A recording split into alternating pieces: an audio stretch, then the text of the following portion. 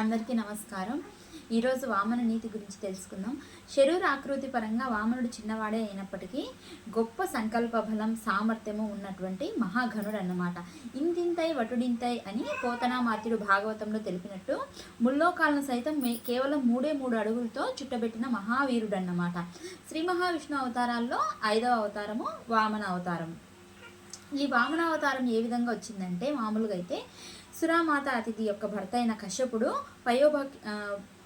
కశ్యపుడి యొక్క ఆదేశానుసారం ఆమె ఒక వ్రతం ఆచరించి, పయోభక్ష వ్రతం ఆచరించి ఆయన సంతానాన్ని పొందుతుంది. ఆయన ఫస్ట్ శంకు చక్రాలతో చతుర్ముఖుడై చతుర్భుజాలతో బాగా పుట్టినప్పటికీ అదంతా త్యజించి వటుని రూపంలో బాలుడిగా అందరికీ కనిపిస్తాడన్నమాట.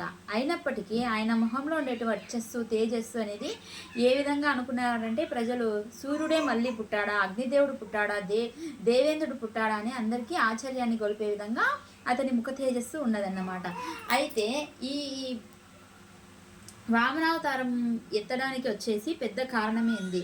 పూర్వకాలంలో రాక్షసులకు దేవతలకు యుద్ధం జరిగినప్పుడు బలిచక్రవర్తి యుద్ధంలో ఓడిపోయే పరిస్థితి వస్తుందన్నమాట దేవేంద్రుడి చేతిలో. అప్పుడు రాక్షసుల గురువైన శుక్రాచార్యుని అనుగ్రహంతో ఆయన బతికి బట్టగడతాడు. ఆ విధంగా ఆయన సలహా మేరకే ఆయన యాగాలు చేసి స్వర్ణరథాన్ని, ఆయుధాలని అన్ని సమకూర్చుకొని తిరిగి అమరావతి రాజ్యంపైనే దండెత్తుతాడు. ఆ విధంగా అమరావతి రాజ్యంపైనే దండెత్తితే దేవేంద్రుడికే ఎసురు పెడతారన్నమాట. ఆ విధంగా చేయడం వల్ల దేవతలందరూ చుట్టకొకరు పుట్టకొకరు అవడం వల్ల ఇప్పుడు మనకు బలి చక్రవర్తి ద్వారా మనకు పెద్ద ముప్పే పొంచి ఉంది అనేసి ఆలోచించి శ్రీ మహావిష్ణువు అవతారము వామన అవతారం చెందుతాడన్నమాట. ఈ బలి ఎవరు కాదు, ప్రహ్లాదుని యొక్క మనవడు. అయితే అతను అపార దానగులం కలవాడు. అడిగిన వారికి లేదనకుండా ఏదైనా ఇచ్చేవాడు. ఒకసారి మాట ఇచ్చిన తర్వాత అస్సలు తప్పేవాడు కాదన్నమాట. అతనికి తెలుసు, ఒకసారి తన రాజ్యంలోకి చిన్న బాలుడి రూపంలో శ్రీ మహావిష్ణువు వస్తాడన్నమాట. వచ్చి నీకేం కావాలని అడిగినప్పుడు బలి చక్రవర్తి నాకు 3 అడుగుల స్థలం కావాలంటే 3 అడుగుల స్థలం దాన్నేముంది అని తీసుకున్నట్టు చెప్తే ఒక అడుగు వచ్చేసి నేలను చుట్టుముడతాడు, 2 అడుగు ఆకాశాన్ని పెడతాడు. మరి 3 అడుగు ఎక్కడ పెట్టాలంటే నా తలపైన పెట్టండి అనేసి చెప్తాడు బలి చక్రవర్తి. ఆ విధంగా బలి అంతమైపోతాడు.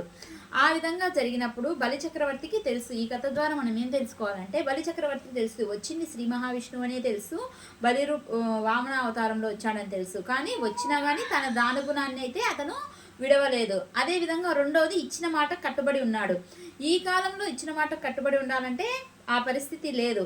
దానగుణం అంటే వెనక ముందు ఆలోచించకుండా దానగుణం చేసుకునే పోయే పరిస్థితి కూడా ఈ కలియుగంలో లేదు. వెదర్ మనం అప్పు ఇవ్వడం అనేది ఉండాలి అంటే అది మనకు తిరిగి రాకున్నా పర్వాలేదు అనే సందర్భంలో మాత్రమే మనం అప్పు ఇవ్వాలి. అలా కాకుండా అప్పు ఇచ్చిన తర్వాత అది తిరిగి వస్తుందని ఎక్స్పెక్ట్ చేసి వాళ్ళ మీద హోప్స్ పెట్టుకొని లాస్ట్కు ఇబ్బంది పాలవుతారు. అలా కాకుండా రెండోది, మనం అప్పు తీసుకున్నప్పుడు మరి తిరిగి తీర్చగల సామర్థ్యము, స్తోమత ఉన్నప్పుడు మాత్రమే అప్పు చేయగలగాలి. ఇచ్చిన మాట కట్టుబడి ఉన్నప్పుడు మాత్రమే చరిత్రలో నిలవగలుగుతారు. బలి చక్రవర్తి ఆ విధంగా వచ్చినది శ్రీ మహావిష్ణువు తెలిసి కూడా ఆయన ఇచ్చిన మాట కట్టుబడి ఉన్నాడు. 3 అడుగుల స్థలం ఇస్తానని కట్టుబడి ఉన్నాడు. 3 అడుగు తన మీద పెట్టి అంతమొందాడు. ఆ విధంగా ఇచ్చిన మాట కట్టుబడి ఉంటే చరిత్రలో నిలిచిపోతారు.